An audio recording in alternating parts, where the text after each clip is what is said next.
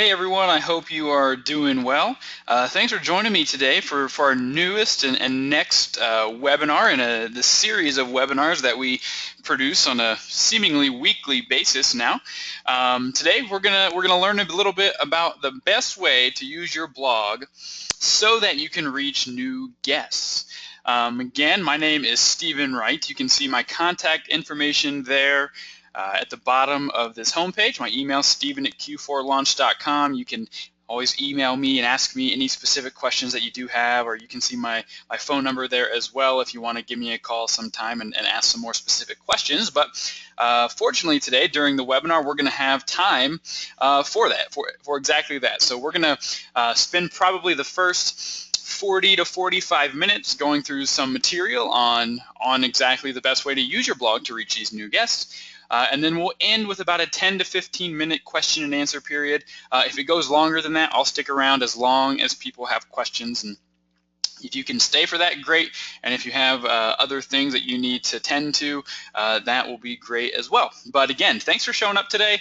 I'm excited to teach this. We've never actually, we've taught a lot on blogging, and we certainly it comes up in our marketing strategy, and it comes up in a lot of what we teach. But this is going to be pretty specific. We're only talking blogging today.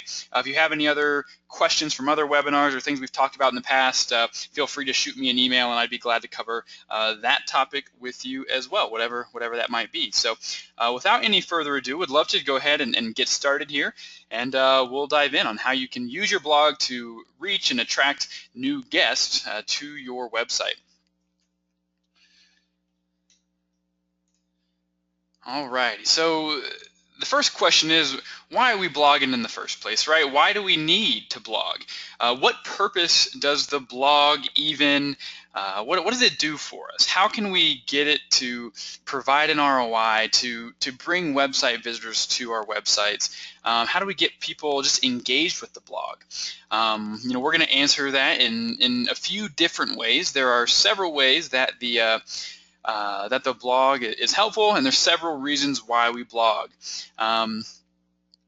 First and foremost, the most important thing you can do with the blog, and if you don't leave with anything else but this today, know that when you're writing a blog, the blog has to be a great piece of content. It has to be unique content, and it has to be something that once people get there, or if people are subscribing to your blog, they're actually going to want to read through the whole thing, right?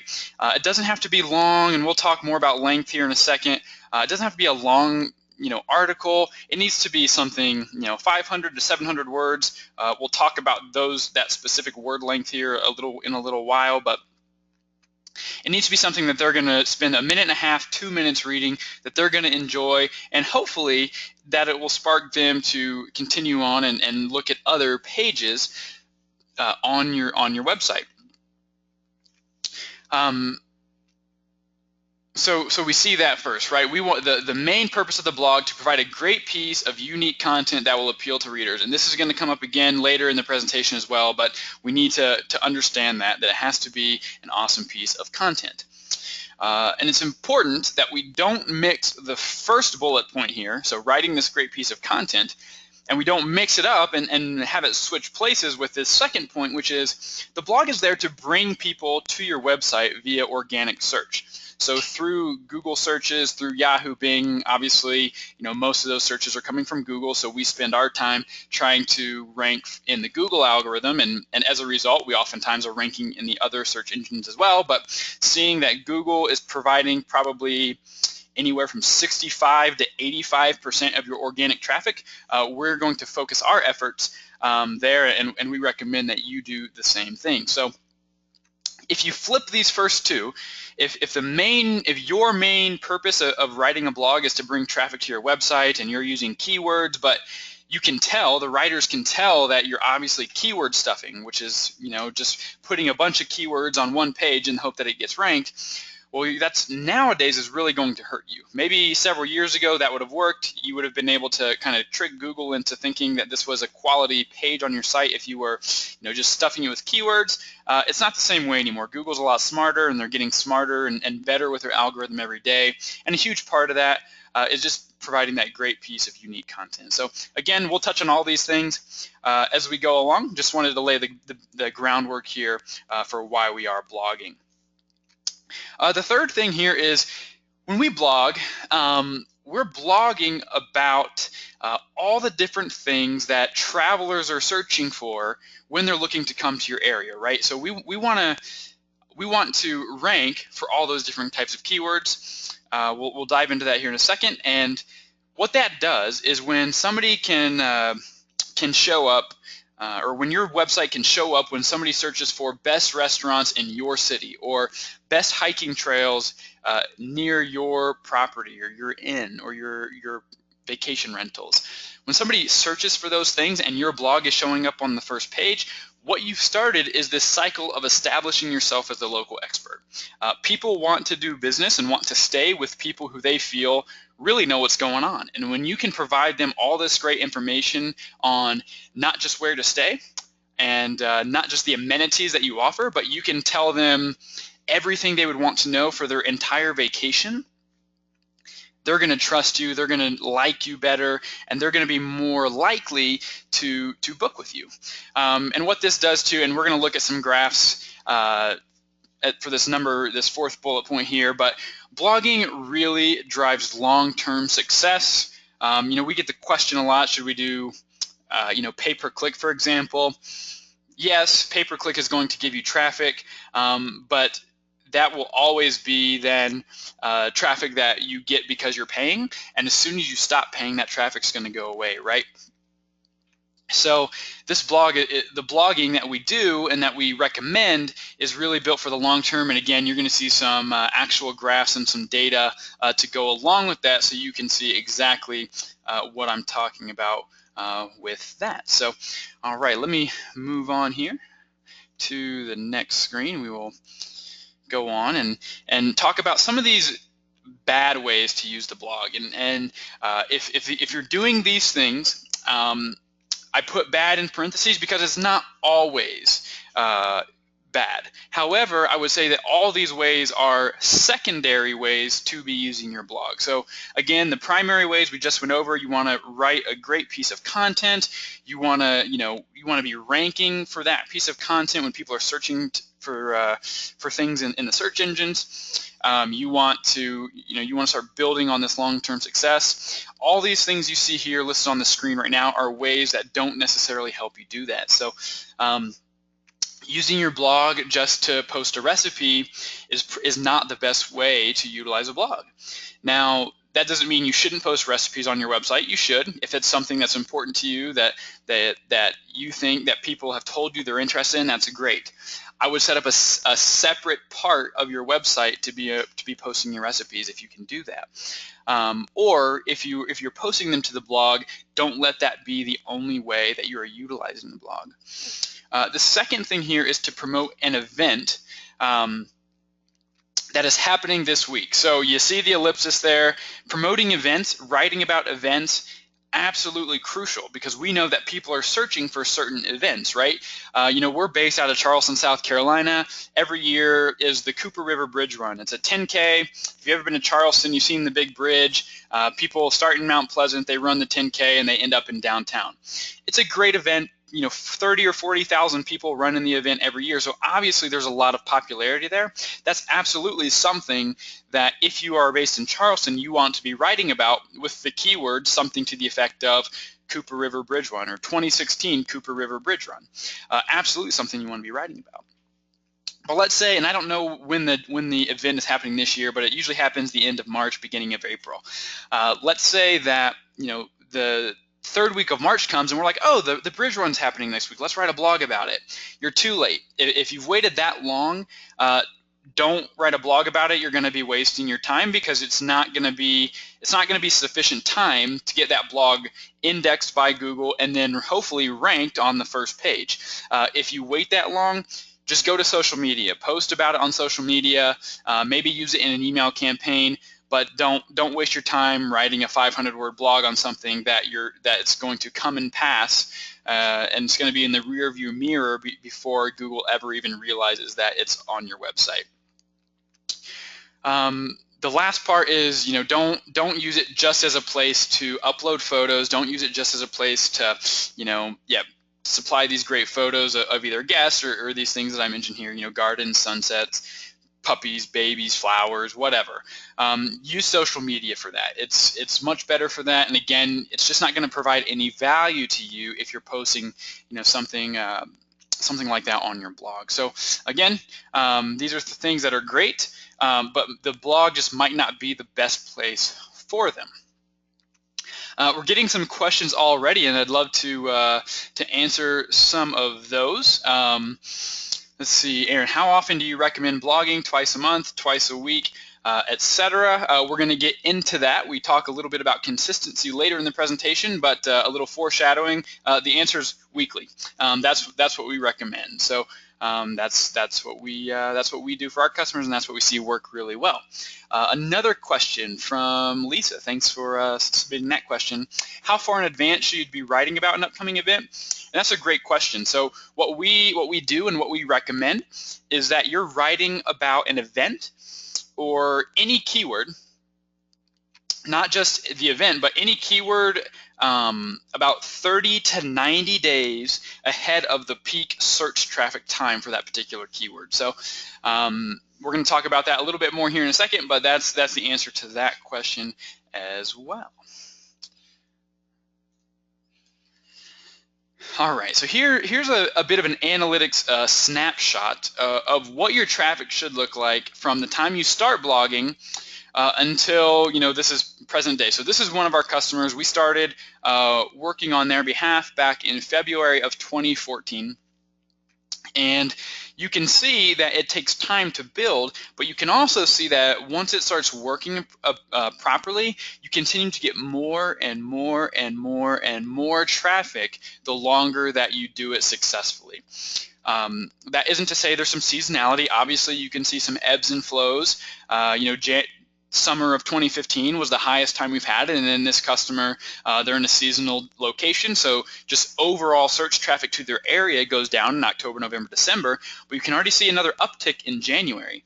So if we're looking over here, and I'm going to use this little highlighter tool here, but if we're looking over here, we can see that January of 2016, or February and January, are much higher than February and January of the year before. That's not because we've changed our strategy drastically, but think of it like this. We have now written, let's see, more than 2 full years of blogs for this particular customer. That means there's 104 blogs that have been written, all on very keyword specific topics. So when people are searching, we're able to get that kind of traffic, and it just builds and builds and builds. After the first 6 months, you're going to have about 25 to 30 blogs written. After a year, you have 52 blogs written. And after 2 years, you have 104 blogs written. Excuse me for that bad math I was about to exclaim there. But essentially, you can see how building on these keywords every single month just continues to help traffic rise and rise over the course of time. We're going to talk a little bit about that here in a second too, in more detail. So this is showing kind of what the typical trend line that we see when we're blogging for customers. So it takes a little while to get started, but once it does, again, you start seeing that additional traffic. And then let me go back here and get away from that highlighter tool, and we will go to this next page. So this next slide is going to show you just some examples of some blogs that we have showing up on page 1 of Google for our customers. We could have filled this page with probably 200 to 300 different examples, but we just did 4, and you can kind of see how it works and why on that previous graph there were several, hundreds and sometimes at least 1,000 visitors a month landing on the website as a result of the blog. So we're going to start up here at the top. This is Outer Banks Thanksgiving was the keyword. We wrote this blog back in September of this year. So again, that is about 2 months ahead of that peak search traffic time. So writing it in September for something that's happening in November. And you can see when people search for Outer Banks Thanksgiving, the blog we wrote for Shoreline OBX is showing up second in a Google search. To give you an idea of what that produced, it brought in 310 visits to the website just in November alone. So all of these are actually kind of going to go up in impressiveness in terms of the amount of visitors that they brought in. The next one we're going to look up, you can see on the left there, Scenic Drives in Connecticut. This is one that we wrote back in August for this particular customer, Stonecroft Country Inn. You can see a Google search for Scenic Drives in Connecticut. There's an ad at the top, so that's a paid ad. We don't count that in the rankings, but you can see that we are the fifth blog, the fifth domain that shows up for that particular keyword. That blog is getting about 80 visits a month on average for that customer. So again, over the course of time, you extrapolate that out. Since August, that's brought in 539 visits. You multiply that by about 2, and you're going to see double that over the course of the year. And keep in mind, this is just one blog. This isn't their entire blogging strategy. It's just one blog that's done well. The next one you can see this over here on the top right, weekend getaways from Sacramento. Our customer who's on the Mendocino coast is ranked 4th there for looking for weekend getaways from Sacramento. This blog has brought in over 1,000 visits in the last year, or about 84, 85 a month. And then the real kicker is this one for New Year's Eve in Asheville, North Carolina. And some of you may have heard me talk about this in the past. It's one of my favorite examples that we have. We wrote this blog back in 2014, actually, initially. That first year we wrote it, I think it was in October of 2014. And then by December, that first year we had written that blog, it brought in over 1,500 visits to the blog in December alone, as people were looking to make their New Year's Eve plans, right? And what we did is we just repurposed that blog this year, and what we changed some dates, changed some events, and now in this December 2015, the blog brought in 2,592 visits to the website, just when people are searching for this keyword or other keywords that are similar to that still might bring this blog up. So you can kind of get a feel for the amount of traffic that these blogs can bring to the website when we're writing about very specific keywords. Another one that's not listed on here that I recognize actually after we put this presentation together, the same customer, Stonecroft Country Inn, who we see Scenic Drives in Connecticut ranking for. If you type in something to the effect of New Year's Eve in Connecticut, you're going to see them show up again on the first page of a Google search. That blog alone brought in 5,495 visitors just in December. You can take a look at your Google Analytics, and there will probably be some of you, if not many of you, who didn't get that many visitors the entire month from all of your sources. And this was just one blog that brought in that many visitors. So again, when things go viral, when it's a high volume keyword that starts to rank, you're going to see some pretty significant results, and things like this start to happen. So we'll move forward here and we'll ask, so what is the best way to use this blog to reach new guests? In other words, how in the world do we get this to happen? And obviously when people are searching for those keywords that we talked about, those aren't lodging specific necessarily, right? Looking for New Year's Eve plans, looking for weekend getaways, looking for a scenic drive, none of that is necessarily lodging specific, somebody really looking for a room to stay in or a property to stay in. However, what that does is, again, you're building that brand awareness, you are strengthening your brand, and people will either have the opportunity to look at your inventory, your rooms, your property, etc., when they find that blog. And even if they don't book with you then, now when they're ready to come back to your area and actually look for a place to stay, you've already given them some great information, and they're way more likely to continue to book with you. And again, we're not going to get in that today, but we have tons of numbers to show kind of the success rate there as well, how blogging can really provide great value from a revenue standpoint as well. And we will end the presentation with one example of that, so stay tuned. So what are the steps to get your blog to reach new guests? So we're gonna talk about all of these things individually, but if you want to take notes or if you want to just follow along quickly, I'm gonna go through these real quick. But these are the 4 things, right? You need to do your research, you need to either be a professional writer or be close to a professional writer or hire someone who has that capability. And it's okay, we're going to talk about that. It's okay if that person's not you, but just recognizing that and then employing the services of somebody who is a talented writer. Because again, we talked, the first thing we talked about earlier is that we want to make sure we are providing great value and a great piece of content to the audience. Third thing on the list, include SEO strategies to get the blogs ranked. We'll talk more about that. And then the fourth thing, be consistent and post frequently. I think somebody asked a question earlier about that, how often should you blog? We're going to get into that in a little more detail. All right, so number one on the list, do your research. I can't stress this enough because without research, then you're really just guessing at what you should write about instead of knowing what you should write about, right? There are several great tools that you can use that are free that will give you a great idea of what you need to be writing about. So when we're creating our blog topics and calendars on behalf of our customers, we're not just winging it. We're not just guessing at what we need to write about in a particular area. We're using some of these tools here that are going to really guide our decision-making process. Let's see here. So Google's Keyword Planner is really a great way to assess your blog topics. It's a free tool. It is within Google AdWords, so they provide this keyword planner so that, or in the hopes that you will then spend money with them in your AdWords campaigns based on the search traffic and the volume that different keywords are getting. To be honest, we use it and we never pay because we don't, sometimes we use AdWords, but it's not, like I said earlier, once that money goes away, you stop getting that traffic. So we prefer to spend our resources going after this long-term organic traffic by writing about these long-tail keywords. So, get into Google's Keyword Planner. Again, you can access that through AdWords and just start typing in some different things that that you think people are searching for in your area.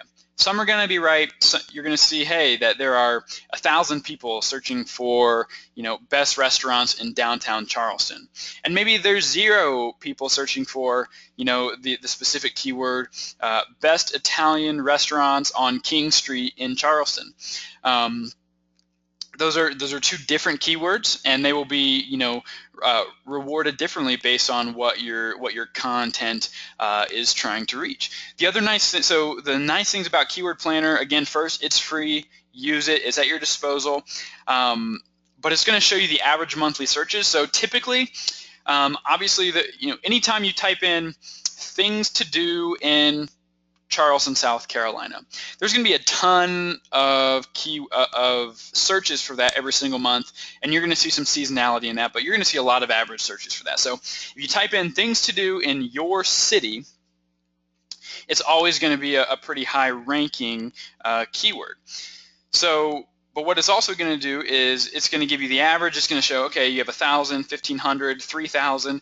When you're looking at those numbers, I would advise that if anything is less than maybe 50 searches a month, maybe reconsider writing about that. So if you go to a keyword and you think it's a great keyword, but you see it's only maybe 30 people a month are searching for that, probably not going to write about that, since it's, even if you do get it ranked first, that's only an additional 30 visits. But again, the philosophy could be, hey, that's 30 visits I'm not getting right now. Let me write on that, see if I can get ranked. And go ahead and capitalize on that 30 visits a month. So it's all a matter of kind of how much you've already written. If we've already have 2 years worth of data or blogs written for a customer, maybe we can then go after that 30 searches a month blog, that blog topic, because we already have so much other traffic in other areas, and this is just a way to build upon that. But I would start with, if you are starting from the beginning, start with some higher trafficked, higher searched keywords. The other thing Keyword Planner does, it will show you different variations of the keywords. So, if I type in things to do in downtown Charleston, it's going to show me the search traffic for that keyword. But what it's also going to do is going to show me the search traffic for things like things to do in Charleston, things to do in Charleston, SC, Charleston, South Carolina activities. So it's gonna understand what I'm after, and it's gonna give me some other possibilities that I can write on. And then the last thing, there's going to be this little icon. It looks like a graph, and it's going to be next to your keyword. And what you can do, you can hover over that, and then it's going to show you the month-by-month breakdown. The month-by-month breakdown of when people are searching for that. So, I'll go back to my Cooper River Bridge Run example I used for Charleston earlier. It's a one-time year activity, and so when I hover over that graph, what it's going to show that maybe 5,000 people search for it in the months of March and April, and then the rest of the year, there's going to be maybe 10 searches a month, because after the event's over, no one's going to search for it. So obviously in that case, the average is going to show me maybe 700 searches a month. Whereas if I highlight over that graph, it's going to show me the month to write it in. And that's important because, again, when we go back to writing 2 to 3 months ahead of time, or 30 to 90 days really ahead of time of that peak search time, when I see, okay, traffic's peaking in March, I need to write about that no later than February, and probably as early as late December or early January. So it's a great way to decipher not only what you should write about, but when you should write about it. All right. And to be brutally honest, if you're not willing to put in the type of research necessary to find what keywords are being searched for, then you really might as well not even blog. If you're lost, if you're just writing about things that just are coming to your mind, and it's taking you an hour or 2 hours or 3 hours to write a blog, but you have no keyword research to back up your reasoning to write that specific blog, chances are it's not going to rank, and chances are you're going to waste 1 to 3 hours of your time that you can't get back, and that could have been 1 to 3 hours that could have been much better used, focusing on a different part of your business. So again, I can't stress it enough, put in the research, and that is going to be the building block for everything else that comes after. Number 2 here, use a professional writer. And again, I'm not trying to insult anybody. I talk to people all the time, and they're just like, blogging makes my head hurt. If you're one of those people, you know that about yourself, and that's okay. Not everybody is meant to write. Not everybody is meant to, have the creativity needed to write that great piece of unique content that's going to appeal to every reader or most readers, and that's okay. Just find somebody who does. If you're not that professional writer, or if you don't enjoy it, just don't do it. Don't put yourself through that, because again, it's probably not going to end up ranking. It's probably not going to be a great piece of content if you're not a great writer. And again, I don't want you to waste your time doing something that either you don't love, or that you just know that you're not as good at as somebody else. Some other things, is it taking you longer than 2 hours to write 500 to 700 words? If it is, you're probably taking longer than it needs to take. Maybe find somebody who can come in and help you with that. Again, does the thought of writing make your head hurt? If it does, you know that about yourself. Be honest with yourself, and find somebody who you can pay to write these for you. And have you tried blogging but had no success? And we can, looking at analytics, if you do like blogging, if it doesn't take you 2 hours, let's say you can get a 500-word blog with keywords and research done in an hour and a half, but you're just not seeing any success, ask questions. Send me an email, ask me to analyze it. One of the things we're going to offer at the end of this is a free blog analysis that somebody on our team will get in touch and help you understand why your blogs might not be ranking. But if you're doing all these things and you're still not seeing success, it might be time then to ask somebody who has had some success in this, do it for you. But again, going back to that number 1 reason, I already touched on this even on this slide. You want to provide a great piece of content that's going to appeal to readers. And if you just know that you're not the person to do that, find somebody who is. It's as simple as that, but it's going to be very important, especially as Google continues to favor the best written, the most well-written content, the most interesting content, and not just content that is stuffed with keywords. So I will leave that alone for now, but if you are in that position, you know it, and just find somebody who can help you. All right. All right. We have the research laid out. We know the keywords that we need to use. Now, how do we put that into action? What are some things that we need to do then to get these blogs to rank? So, first of all, we've talked about this already today, but the length. Blog should be between 500 and 700 words. Within the last couple of years, we've done a lot of testing on blog length. We've done everything from 200 words up to about 2,000 words. And what we found is that 500 to 700 word limit is going to provide a great kind of bang for your buck, if you will, or you're going to get the most out of your time spent if you're doing it yourselves. If you're writing a 1,500 to 2,000 word blog, we've tried it. We didn't see any more success with that blog than we did with a 500 word blog on the same topic. So again, for us, if we can get the same results and spend half the time or a third of the time doing it, it's probably the way we're going to go. And then essentially anything less than 300 words, Google isn't going to reward as favorably because they're going to see it as too thin of content. So you need at least 300 words. But again, the 500 to 700 words is what we've seen as a sweet spot. Yeah, and that's where you can go from there.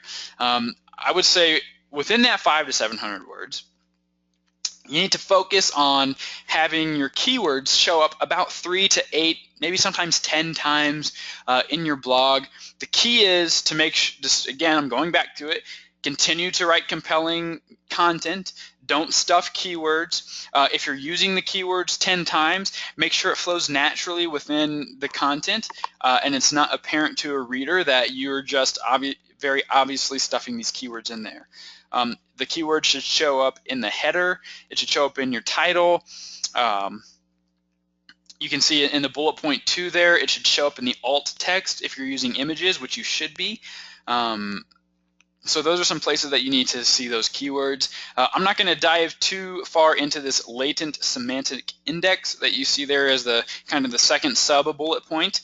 But essentially what that means is use variations of that same keyword and use other types of content that you know are related to that keyword.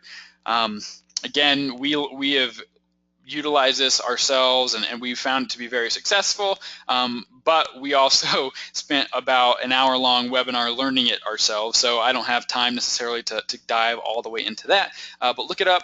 Again, you can see it there on the screen, type it in, see what it is, and see how it can help you in your blog writing.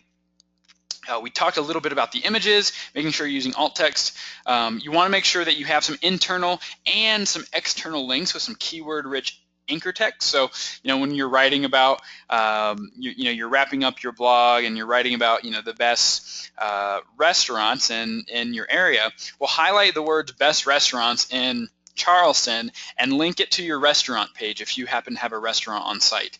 Or if you're talking about, bed and breakfast or vacation rentals in Charleston as a call to action at the end of your blog, highlight those words and link them to your actual rooms or actual property pages. So there's ways that you can link this type of text to appropriate pages, either on your site or on other sites as well. So the external links are important. People might say, well, I don't want to send people away from my site, and I understand that, but Google also wants to see the internet working in this big, system of connectivity, right? So if when people get to your site, then that connectivity stops and you aren't sending people anywhere else, that's actually a bad thing, because if Google is looking at you as kind of as selfish and you're trying to get everybody to stop there, when they're trying to make sure that people are just having the best experience they can, which sometimes mean when they're on your site they need to get to another site as well based on what you're writing about. So be sure you're not neglecting those external links when you're writing. And just write a strong, compelling meta description. Again, this, from what we know, it doesn't necessarily play into Google's algorithm, but when you search for something, and let's say New Year's Eve in Asheville is the example I'll use, and the meta description allows you to write another bit of compelling content to get people to click on your link. So whereas it may not help you get ranked, it's going to help your click-through rate once you get ranked. So again, use that as an opportunity to be very compelling in your story or in your headline to get people to click on that and then get to your website. All right, and then the last thing here is you want to make sure that you are being consistent and that you're posting frequently. I pulled up this graph again. You saw it earlier. It was the first one I pulled up. But what you can see there is that, all right, we started blogging for this customer February 2014, right? What happens more often than not when people try to blog on their own is that you blog for maybe, let's say, 2 months straight. You've been diligent. You've blogged every week for 8 straight weeks on keyword-rich content. You've done everything so far up to this point that we've talked about perfectly. But you can see, after 2 months, we didn't get any traffic for this customer. March didn't show any results, and April started to show very negligible results. But we know that. We know that in the first 3 months, you're not going to get ranked, most likely. But that didn't stop us, right? We know that the pattern is that it takes 3 to 6 months to start seeing results from your blogging efforts. So I urge you, if you have tried this and you have stopped within a month or 2 months because you didn't see results, get back at it, give it this try, and you're going to see this type of success if you're doing everything else correctly as well. If we had stopped after April or even after May, look at this. If we stopped right here, if we stopped in May, you can see my cursor kind of on the screen, all that traffic after that would have never happened because we would have stopped the efforts, we would have not been consistent, Google would have not rewarded us time and time again, and this customer would have lost out on thousands and thousands of website visitors to their website. One thing, again, we talked research as the #1 thing you need to do to get all this going. Doing your research is going to allow you to be organized, first of all. So you can do research for the next 2 years if you wanted to on all the keywords in your area. Doing that research and then coming up with the blog topics, the titles of the blog, getting that done ahead of time is going to allow you to know, okay, it's the 3rd week of the month, I know I need to write this blog. And then instead of waiting until the 3rd week of the month to research and then write, which is going to take up your time, you can now do the research all at once, figure that out, have a schedule in place, and like with anything, and you can compare this to whatever you want to, but when you have a schedule, if you follow your schedule, it's so much easier because you know what you have to do, when you have to do it, and things just get done that way. Same thing with blogging. When you have that research done, you have the blog topics and titles done, and it's just on your list of to-dos for that week, you can get it done. It's going to happen. You can set that goal for yourself, and you'll watch it happen and bring you results. So everything we talked to so far is the way that you get people, new potential guests to your blog, right? So it was all with the idea of how can we get these new people who aren't in our email marketing databases, who aren't Facebook fans of ours, who haven't stayed with us before, to your website. Blogging about all the things to do in your area or within maybe a 1 or 2 hour drive, depending on what people do when they come to your specific location. That is how you're going to get people that have never heard of you to your website. The blog, keywords, and so forth. Ranking in the Google searches. But how else can you use your blog? Why not use it in your email campaigns, and which would allow you to send more consistent email campaigns if you consistently have new and fresh content. So this is a way that you can get your former guests continue to be re-engaged with you. If I'm sitting at work and I get an email from somewhere I've stayed 6 months ago and I see a beautiful picture of the beach, I'm going to stop my work for a second. I hope Matt's not listening, but I'm going to stop my work for a second and I'm going to take a look at that beach shot and see what they have to say and try to remember that vacation, right? I'm going to do that probably every time that person sends me an email and they include images and they write a blog about the best restaurants or the best hiking trails or the best beaches to go to in a particular area.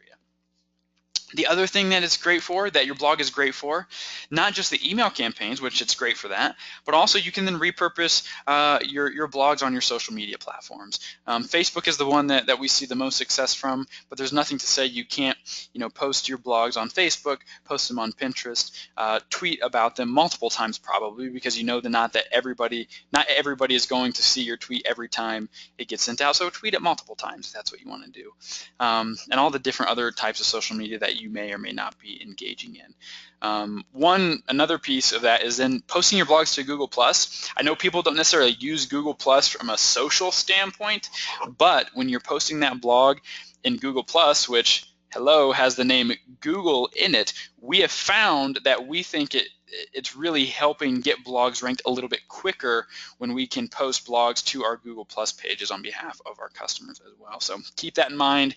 It might not be a social network per se, but it is a good tool to use, and one that we think is going to help you get your blogs ranked even a little quicker than that initial 30 to 90 days that we've talked about.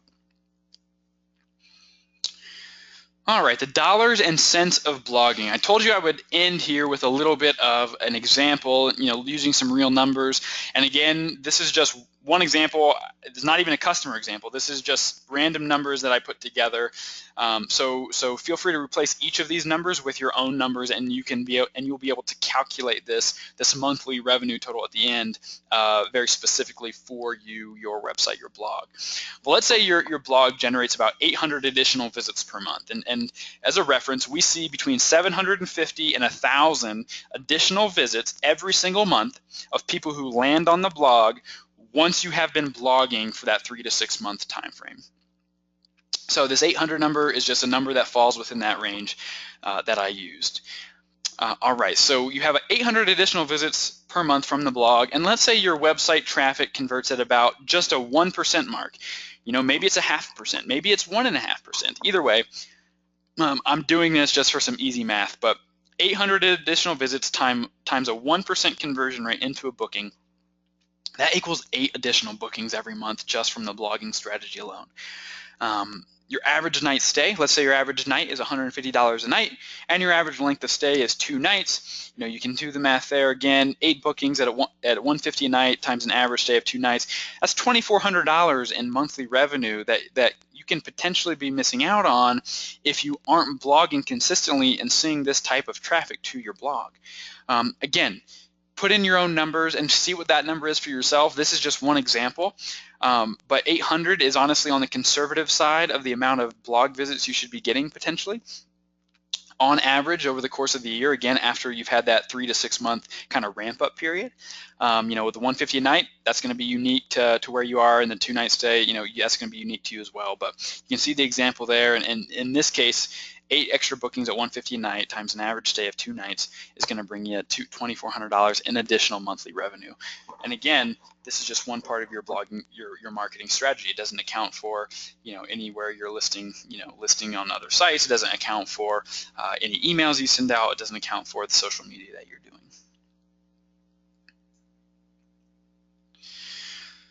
All right, so the point of this is that we want you to have a better blog, right? I hope that you can walk away, you can take some of these steps, and that you can leave here today and you can go start blogging immediately, today or tomorrow, sometime this week, and start your own path to getting that sort of traffic.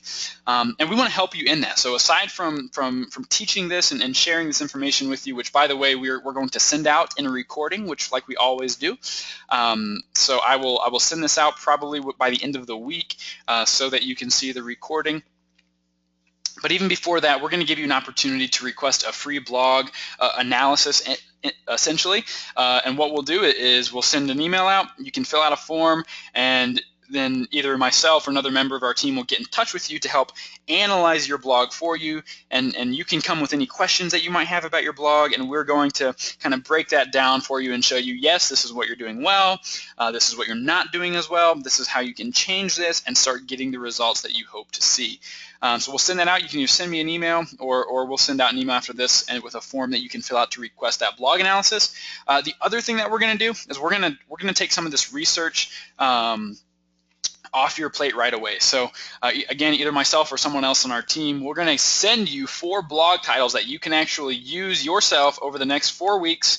Again, completely free, and we'll just give you that research. And I'll give you that research, not only the blog, the keyword you need to use, the blog title for you, kind of a compelling blog title, and I'll also provide for you the amount of monthly searches that particular keyword gets, so you can get a feel for how many visitors that you can potentially be missing out on if you don't take those blogs and start writing them immediately.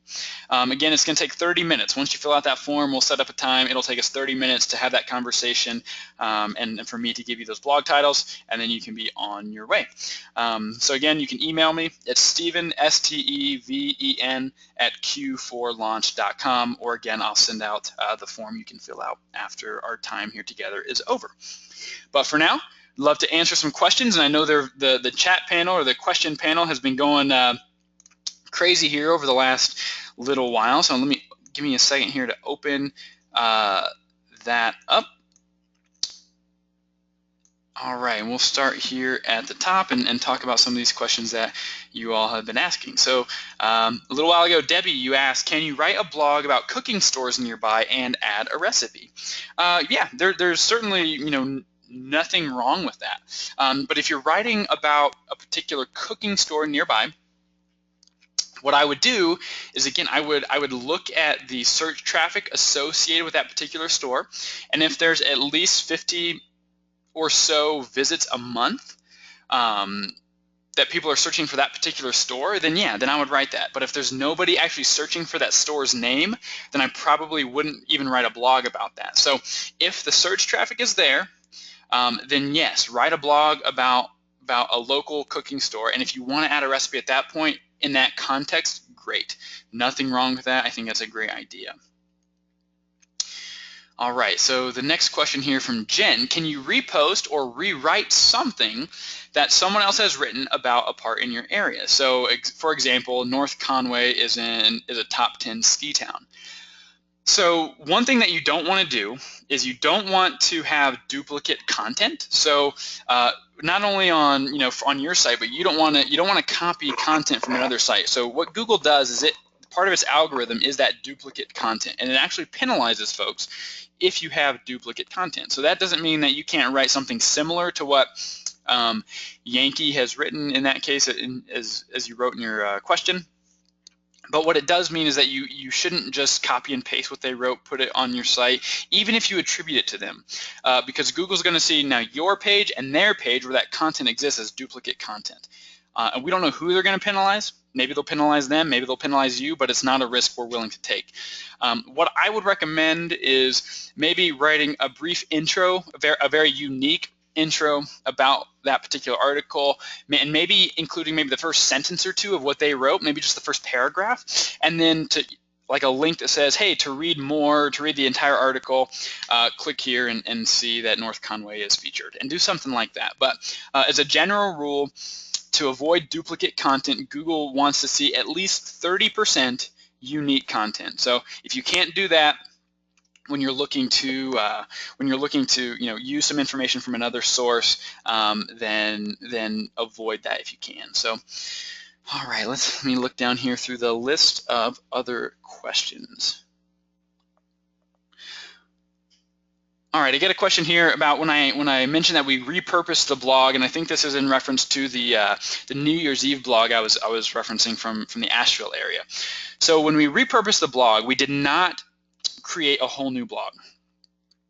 We updated the original with new information. So some of that, what we wrote 2 years ago, was kind of time sensitive. It was very specific to that year's New Year's Eve festivities. So we needed to go in and update that with the current year's festivities, right?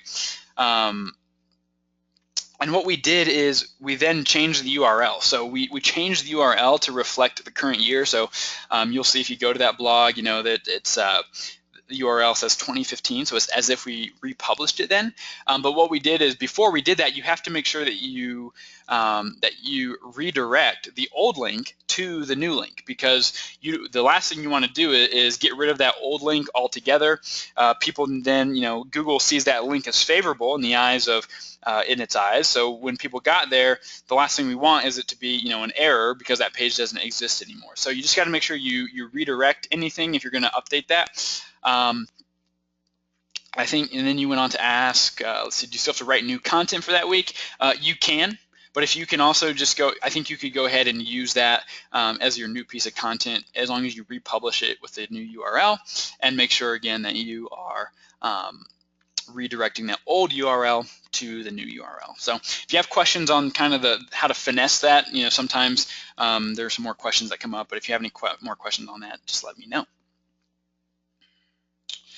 All right, how do you promote blogs for each customer, and are we using Facebook ads? Ads, not normally. Everything we're doing from the blogging standpoint, the main purpose and our hope is that we're getting organic search from that. So, with that, we don't, we will boost posts on social media. We will use Facebook ads here and there, but as a general strategy, I would say no, we're not using Facebook ads. But yes, we do repurpose those blogs in social media. As a normal kind of Facebook post, we do use those blogs in email marketing and so forth. We will repurpose those as often as we can, but we're probably not going to spend a ton of money boosting those posts or creating Google ads or things like that. All right, a question on how to access the Google Keyword Planner, and do you have to pay for AdWords? No, you don't have to pay to use the Keyword Planner. So I started my account several years ago. It's going to ask you for some of that credit card information. I believe it's been a while since I set it up, but it's going to ask you for some of that payment information, but then you just never have to pay. Just never authorize a payment. You can use AdWords for free. And that's, I've been using Keyword Planner for free, since I started the account a while back. So as long as you get in there, you log in, and you click on the Keyword Planner, which I think is under the Tools section, you will be able to use that for free and just do whatever you can to bypass the bypass the payment portion of AdWords. The next question from Mike, what's a good number of monthly searches to stay between where the blog can be effective in ranking? So it's a great question. So I wouldn't say, the minimum we talked a little bit about being, if it's less than 50 searches a month, we might try to find something that has more searches. So we might not write less than that. That's not to say that we never have, but typically there's going to be other keywords that are going to be 50 or greater that we could write about, and I mean 50 searches a month or greater that we can write about that might be a better use of our time.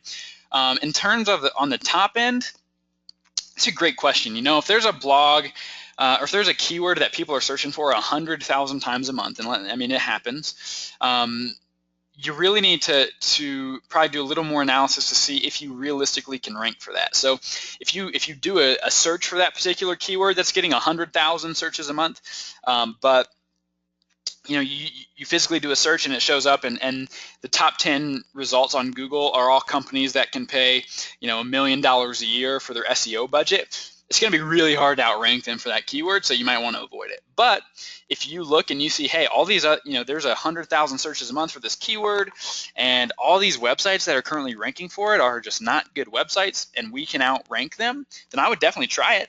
I don't know if you're going to get ranked or not, but if there's 100,000 searches, even being on the second or third page for something like that, you're going to get, probably a couple hundred clicks a month, when you do that. All right, a few more questions here. A question on does a blog need a picture? I would say yes, use a photo. It's going to be just some more visual content that people can,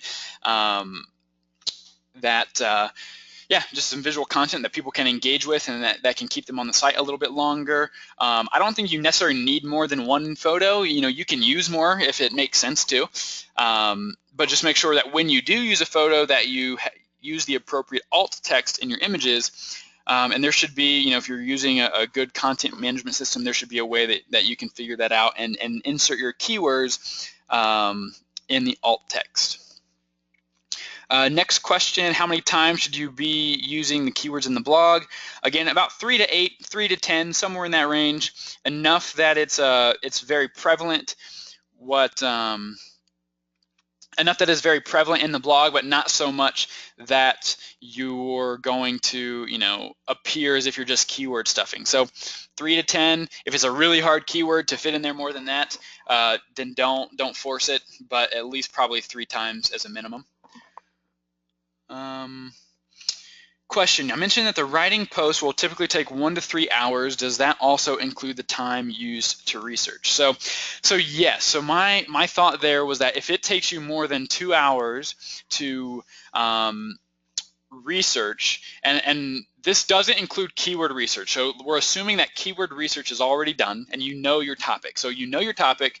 At that point, it should take you no more than 2 hours to do the rest of the research of what you want to write about. So finding out what 7 restaurants you want to write about in your best restaurants blog. So finding that, writing the post, editing the post. That's an important part of this step. You don't want typos, you don't want errors, whether they be spelling errors or grammatical errors. And then that also includes the time to post it on whatever you're using. We use WordPress as our preferred blogging platform and really website building platform. So from everything from research to writing to editing to posting or scheduling, if you want to schedule ahead of time, that should take you about 2 hours to get that done. If it's taking you longer than that, see if there's some ways that you can make that more efficient, or maybe see if you can find somebody who can do it a little bit quicker.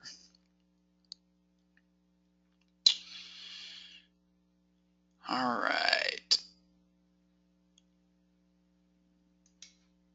right, let's see here. How do you determine your website's conversion percentage? Typically, you can go in and set up e-commerce in Google Analytics, and that's going to help you figure out from an actual bookings and transaction standpoint. So depending on who runs your bookings, whether it's it's a booking software or property management system or whatever it might be, just take a look at that. They should be able to help you in that. And if they're not able to integrate with Google Analytics, then honestly it might be a way to it might be time to look at another property management system if they can't integrate with Google Analytics. So that's the best way to use e-commerce. You can also set up some different goals. And so, if you have certain pages or certain things on your website that you want people to go to, you can set up goals to see, how that works for you. Fred, that was your question. Get in touch with me, get in touch with Colin, and we'll help you get through that if it's not already set up in your analytics. So what's the best way to post my blog to Facebook and get my followers to engage, get likes, shares, comments? One of the best ways is to have an engaging photo attached with it. Facebook is such a visual medium, like all social media is now. Whether you're seeing photos in the Twitter timeline feed or Instagram or what have you, photos and aesthetically pleasing content is really what people are looking for. So Sarah, as you're doing that, if you post your link, post your link first, you can then upload a photo that you want to highlight there, and then you can do that. The other thing you can do is if you mention, if your blog happens to mention a local business or anything like that, you can tag them in your post, so then they're going to be alerted, and then they're going to be more apt to share some of your content as well. So and quite frankly, you ask, how do you get likes, shares, comments? Sometimes it's okay to even ask for that. Feel free to like this or share this with your friends or comment on what what you liked best about this blog, something like that. It's okay to ask for that sort of thing. I wouldn't do it all the time, but you definitely can do it. So that would be a recommendation there, but it all starts, I think, with some great photography and a great blog title to get people to engage. On that, don't post clickbait, so don't post something that an engaging headline, but then has nothing to do with what the blog might be about. So just make sure that it's relevant and it's catchy and engaging, and you have a great photo to go with it. All right, next question. If the blogs are meant to be published on my website, should it originate there and then be repurposed on other platforms? Absolutely. So write the blog, publish on your website, and let your website be the primary source of that content, right? And then once you have that, then you can share the link to that content in Facebook, on Twitter, in Pinterest, wherever else you might be. So yeah, definitely use your blog as the source for that original content, and then repurpose the link in other areas. How long will it take for Google to recognize duplicate content? That's a great question. It probably isn't going to take them longer than a month. With the way their algorithms work, we see the results start happening within about 30 to 60 to 90 days, somewhere in that time frame. And sometimes it's longer, sometimes it's shorter, but that's kind of the average. So when we take a look at that, it's probably going to take them about a month to recognize that. So the best thing to do is just don't use duplicate content at all. You don't want to run that risk of you trying it and then getting penalized later. If you already have a lot of it, on the website, then it might be something that you need to go in and you can, start rewording some of that content that is a duplication of another effort somewhere else. So. All right, well, it is 3 o'clock on the East Coast. This is about the time that we had to wrap up. No more questions are in the chat panel right now, but if you do have any others, I'll hang on here for a minute and see if any more questions come in. Again, we appreciate you just stopping by and listening to the webinar. We had about 175 people sign up for today's webinar, and 2016, from an education standpoint, we've seen no less than 150 people signing up for these. So we really appreciate that and appreciate your support in that. Continue to come join. We're going to have about a weekly or so webinar, really throughout 2016. We've committed just to that type of schedule and providing the education for you all and to the rest of the industry. And lastly, if you have any topics that are important to you that you think that we can answer for you, or think that you think would be good for kind of the general public to know, send us some ideas. We're constantly looking for new ideas and new things to do these webinars on. So we'd love your feedback in that. Send me an email again, or send Matt an email. Again, it's Steven, STEVEN, at Q4Launch.com, or Matt, MATT, at Q4Launch.com. And we would really be happy to oblige you in doing a webinar on a topic that you think would be beneficial. All right, it looks like one last question has come in. If I write a featured house of the month blog, will Google see that as duplicate content from the actual property page? I don't copy and paste the actual house description, but they are similar. That's a great question, and I'm glad you asked. So it's going to be the same whether it's duplicate content even on your own page or on the VRBOs and HomeAways and Flip Keys and all of those. So what you want to do is everywhere you have a property description, just make sure that content is at least 30% unique. I know that's kind of a random number to throw out, and how do you measure 30% unique content? But just know that that's what Google has said, is kind of, or what we need to do. So don't copy and paste. Obviously, there's only so many ways that you can write a property description, but just write it differently. Honestly, it might be good too to have another member of your team write it, because if I write something and you write something about the same thing, even though we're going to be describing the exact same property, it's probably going to come off differently. So that's a recommendation I've seen. I've seen that work before too, because two people, aren't going to write 100% the same thing. You're going to get some of that 30% uniqueness just in writing styles and particular vocabulary. So I hope that answers your question. If not, you can send me an email afterwards and we can talk a little bit more in detail. But I think you'd be in good shape, as long as you have that % of unique content. So, and you already responded. Yes, thank you. I'm glad it answered your question. Thanks for coming by today. All right, and I think that's all the questions we have for today. So again, thanks for stopping by. It was a pleasure. I know you're used to hearing Matt's voice on these, but it's probably nice for him to have a break and let somebody else chime in every once in a while. So I appreciate you coming by, even though the head honcho wasn't around to give you all the information. So we look forward to seeing you again soon, and be on the lookout for that email with the next step to request your blog analysis. We will do that here very shortly, so you can start requesting that today. Thanks again. Chat with you soon, and until next time, I hope you guys have a great week and a great upcoming weekend. Talk to you soon.